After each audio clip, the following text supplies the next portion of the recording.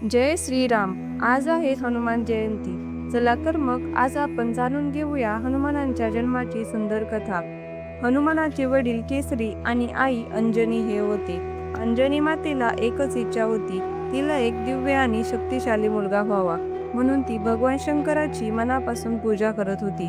त्याच वेळी अयोध्येत राजा दशरथ आणि त्यांच्या 3 राण्या देखील पुत्रासाठी प्रार्थना करत होते. गुरूंच्या सांगण्यानुसार त्यांनी पुत्र कामेष्टी यज्ञ केला. त्या यज्ञातून मिळालेला प्रसाद दिव्य फळ 3 राण्यांना देण्यात आला. पण एक अद्भुत घटना घडली. राणी कैकेयीच्या हातातील फळ एक कार घेऊन उडाली आणि उडताना ते फळ खाली पडले. वाऱ्याच्या वेगाने ते फळ थेट अंजनी मातांच्या हातात येऊन पडले. अंजनी मातेला हे देवाचा प्रसाद वाटले आणि त्यांनी ते श्रद्धेने स्वीकारले. त्याच दिव्य फळाच्या प्रभावाने अयोध्येत राण्यांना आणि अंजनी मातेला पुत्रप्राप्ती झाली. केसरी आणि अंजनी यांच्या घरी जो मुलगा जन्माला आला त्याचं नाव ठेवलं मारुती.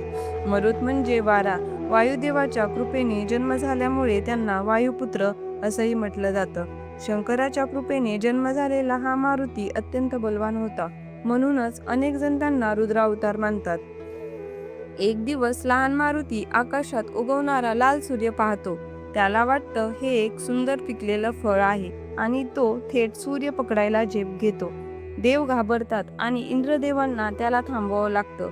इंद्र वज्रप्रहार करतात. तो प्रहार मारुतीच्या हनुवटीवर बसतो आणि ती थोडी वाकडी होते आणि तेव्हापासूनच मारुतीचं नाव पडलं हनुमान. पुढे जेव्हा राम, सीता आणि लक्ष्मण वनवासात होते, तेव्हा राक्षस रावणाने सीतेचं अपहरण केलं. सीतेच्या शोधात असताना राम आणि हनुमान यांची भेट झाली आणि इथून पुढे हनुमानांनी आयुष्यभर फक्त एकच काम केलं, रामसेवा. सीतेचा शोध, लंकेत जाणं, रावणाशी युद्ध सगळं त्यांनी निस्वार्थ भावनेने केलं. म्हणूनच जिथे जिथे राम मंदिर असतं तिथे हनुमान हात जोडून उभे असतात. त्यांना भक्तांचा शिरोमणी म्हटलं जातं. असं मानलं जातं हनुमान हे चिरंजीव आहेत, म्हणून म्हणजे अजूनही जिवंत आहेत. जिथे रामकथा होते तिथे हनुमान कुठल्या तरी रूपात नक्की येतात आणि भक्तांना बळ देतात.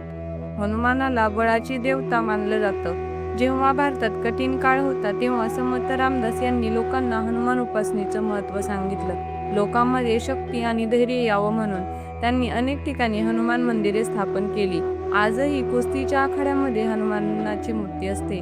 पैलवान आधी हनुमानाला नमस्कार करतात आणि मग सराव करतात. चैत्र पौर्णिमेला हनुमान जयंती मोठ्या उत्साहात साजरी केली जाते. मंदिरामध्ये विशेष पूजा होते आणि हजारो भक्त दर्शनासाठी येतात. हनुमान आपल्याला एकच गोष्ट शिकवतात, शक्ती असेल तर ती सेवेसाठी वापरा आणि भक्ती कधी सोडू नका. जय श्रीराम, जय हनुमान.